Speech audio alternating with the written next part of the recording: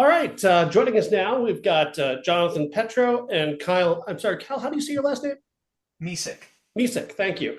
Kyle is the director of Bad Haircut. John's one of the producers. And guys, thank you so much. Thanks for having Thank us. you. Appreciate it. Yeah, appreciate it. So let's talk about this movie. This movie is absolutely hysterical. I got the chance to see it just last night. And first of all, Kyle, tell us Thanks. about the inspiration for Bad Haircut. Yeah, so the movie was based on a real barber that I had in college. And so a lot of the first act of the movie are actually things that happened to me in real life. And then I kind of took those things and embellished them and kind of went from there. It's a terrific cast you got here, and they really make a big difference in making this idea come alive. Oh, Definitely, thank you. yeah. Yeah, I'll let John speak to the cast, but yeah, they're amazing. Um, yeah, I mean, we were super fortunate. We put a lot of time into casting. It took us many months, and we auditioned definitely over 1,000 people. But yeah, it was quite the process for sure. We don't have a ton of time here. There's a lot of stories related to that topic for sure. Yeah. If we do Um, cover one, I definitely want to cover Frankie Ray because, I mean, this man has to have been okay. essential to making this happen. Yeah, he wasn't the original choice. Wow. He wasn't even the second choice. We had some other, yeah. And I don't mean that we were fortunate that we got him, but yeah, we had our eyes. Well, Kyle, you can speak to. It was written actually for someone else that a very notable actor that we spent time with, went to visit. It didn't ultimately work out, unfortunately, but that was a whole story. That was a wild story. But yeah, so then we had another also notable actor outside of the United States that we had worked to get visas for. He was doing reads with us, the rest of the cast, and he actually had a health uh, scare, an incident, essentially a health-related incident that prevented him from being able to come over to the United States. He's fine now, thankfully, but Kyle, yeah, you can pick it up from there. That's Yeah, so we were kind of in the midst of the actor strike trying to cast. We were about 3 weeks away from shooting, and we had no lead actor at this point for Mick, the main barber character. And so we were just kind of putting casting calls out left and right and trying to just look under every stone to try to find the right person for this because it was based on a real person. There was a very specific kind of aura and type that we were looking for. And our co-producer Jesse Charles ended up coming across someone on Actors Access, Frankie Ray, and he sent us his demo reel, and we're like, wow, this guy's eerily similar to the real life guy. Let's have him audition. So he auditioned, and then the audition was just really, really great. And so we're like, hire him. Let's bring him on. The performance is incredible, and the way he just leans into what you're looking for. And did he ever surprise you going into some of the places he went? Oh yeah, I mean, a lot of the in more stuff. ways than one. Yeah, yeah. A lot of the stuff in the movie, not just from him, but definitely a lot from him and from the guys, was improvised. There was a lot of improvisation that happened. We would do things as scripted, and then we'd give them freedom to run and to do things, particularly with Mick, with Frankie, and he just brought a lot to the table in terms of just that kind of off the wall stuff, and it was really entertaining to watch, behind the monitor. And then when the guys would do their riffing and improvise off of his improvisation, it was just kind of a really cool environment to have and to watch. For both of you, it had to be exciting to watch that chemistry come alive because they really do have a terrific dynamic, the group of them. Yeah, I mean, that kind of goes back to what John was saying. Like early on, John had the idea for our four leads, which were Billy, Sam, Sonny, and Dee. To once we figured out who those people were going to be, John had the idea of doing a cast retreat. He called it. So we flew those actors in a few months before shooting, got them all together, and we spent like 5 days together, just bonding and doing all sorts of activities and table reads, and just spending time together on a lake and doing campfires, all that stuff. Just hoping that they would become friends and trying to essentially force a friendship. But Yeah. ultimately, they really did become friends, and even to this day, they're really close. But that chemistry and those relationships really translated well because by the time we started shooting, they already had that history. They already had shorthand and jokes with each other. They weren't afraid to make fun of each other and riff on each other, and all that kind of stuff. So when it came time to film, they had that kind of rapport with each other. Yeah, John, tell us your impression Um, which part of just like, of their dynamic, observing their dynamic uh, together. oh yeah.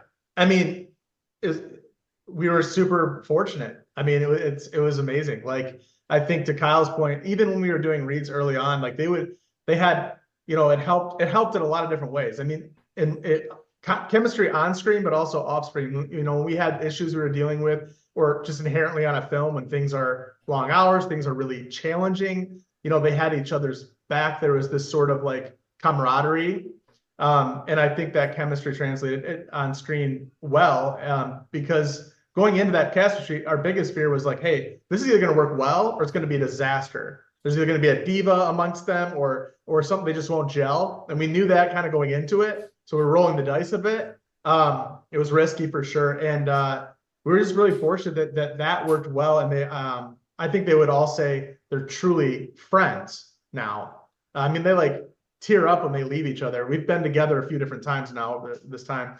So, but yeah, I'm grateful that it translated well, and also they're all phenomenal actors. They're very talented people. So I think that the chemistry hopefully feels genuine.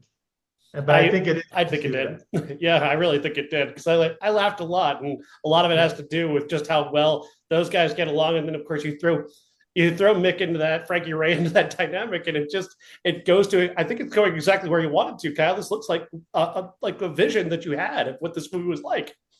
Well, I'm so glad to hear you say that you found it hysterical, because for us that was really like trying to balance this whole thing of, we want it to feel suspenseful and like a thriller, but really it's a thriller comedy, and so there's a lot of situational humor and a lot of that kind of just awkward funny stuff, and it really came down to the casting and just them being having all of them naturally are very funny, and so that came naturally to them. Like if we tried to cast actors that were good actors but didn't have the comedy bend to them, I think it would have been a disaster. But yeah, we're really lucky. One of the things that I absolutely loved about this movie is that you appear to be using all of the tools. A lot of directors, they try and bring it all together, but I can sense like even with sound, you're using sound in a very unique way. Like especially in the shaving scene, the sound of that razor against Mick's throat, like that was a lot of tension. That was very exciting. And I talk about using all of the tools. Oh, that's so cool. Thank you for saying that. Sound is something that we really put a lot of emphasis on. Oh yeah. We always do with our projects. And yeah, I mean, in terms of using all the tools, like both John and I really, one of our favorite, well, I think we both say our favorite director of all time is Steven Spielberg. And so for us, like I think a lot of our inspiration and kind of our tone and the way we tend to shoot things is very kind of Spielberg style. At least that's what we kind of strive for. So in terms of like, we really wanted to create what looked like a high budget kind of thing, even though we did it on a very, very small budget. We still wanted that aesthetic of what you'd expect from like a Hollywood kind of movie, where we're using dollies and we're doing night exteriors, but we're lighting things and we're petting up and down, and we're really putting an emphasis on sound design and sound. It's a real orchestra, a 65-piece orchestra that actually performed and score. With a really notable composer, Jeff Zanelli, who did all of our music. He scored movies like Disturbia and Pirates of the Caribbean 5 and Maleficent and big movies. And so we really tried to just double down on everything and try to make it feel as grand and as big as we could, even though it's a very contained small story at the core of it, like what it's about and how it's executed. We tried to do everything that we could to elevate it. Yeah. John, observing Kyle at work, tell us what he's like as a director. No, I mean, Kyle's a force of nature. I mean, he's a beast. Like, it's inspirational, honestly. He's really, when he's locked in, he's like laser, like there's like a switch when Kyle goes into directing mode. It doesn't matter what's going on around. I think this is probably a director thing, but it's like there can be explosions about to go off and things failing or all kinds of, I mean, there's 100 people around or hundreds of people, and he's just like laser focused. but it's awesome to watch, and trust is super important when you're collaborating like this. And I trust his vision and what he does, and he's really gifted, for sure. So we're fortunate in that sense. But it's just like he's just like a plow truck. Like no matter what's going on, if his eyes are set on it, like he's gonna do whatever it takes to get there in every way, every situation. But yeah, no, it is cool to watch. There's a lot of funny pictures behind the scenes where Kyle's face will react based on how he's feeling, based on the scene. So like it became a running gag where people would get these shots of like a reflection of Kyle's face on the monitor, so Yeah. you can tell when something's going well because you'll see that big smile or his reaction. So no, I mean, it's amazing. I'm grateful that we get to work Thanks, together. buddy. Appreciate it. I got to let you guys go soon, but I do want to get to one more thing. So if you don't mind going over 10 minutes here. Yeah, that's fine. I got to ask you about the needle drops. I know the sound. First of all, the scoring is terrific, but those needle drops are laughs in and of themselves. So talk about getting the music for this one, Kyle. Boy, yeah, that's a good question. So we originally didn't have intention to use any of the famous songs in the movie, but in particular the only two that we did plan on were the Rock Me Amadeus song, the beginning, and the end credits song in the meantime. Those were the two that were we'd always kind of thought we want to try to get these. But then our editor Ben Mills, he ended up during the first pass of the edit, he put in a bunch of these other songs, and then we're like, man, now we can't unhear that, and it just felt like it had such the right feel. And then once we kind of unlocked that door, we're like, well, what if we put a song here and put a song here? Like this would be great. This would be great. So I won't spoil the whole soundtrack, but I think we just felt like we couldn't resist having that in there. And so yeah, it was like financially, songs are really expensive and they're tough to clear. So we hired a music supervisor.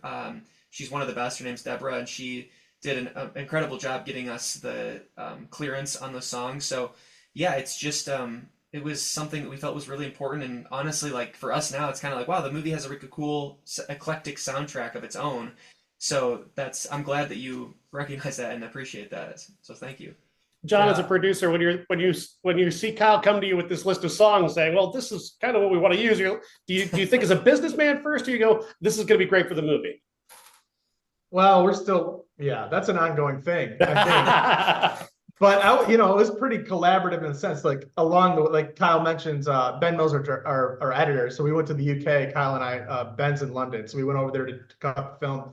So I was kind of along for the ride during like the reveal of some of these songs, but we both had some in mind that we really wanted. So I think we knew we wanted some couple notable songs, but yeah, there's a price tag that comes with that. And so yeah, that's a tough thing to navigate, and there's a lot of sort of moving parts and some of those we're dealing with now, and so there's you get what you pay for. We're still it's a moving target, this movie, on every level probably, and so, but I think my perspective on it though is just like everything else Kyle talked about. Like if you're gonna do something, do it. Hopefully it elevates the film in the same way that putting a significant amount of attention into sound design and shooting for the stars with a composer that's really good, and then getting a live orchestra. A lot of these things that independent films don't do, and I mean for obvious reasons financially sometimes, but it's like to us it's like if we're gonna make something and do it right, we at least have to try to do everything we can to elevate that film so that it creates this thing that's special for people.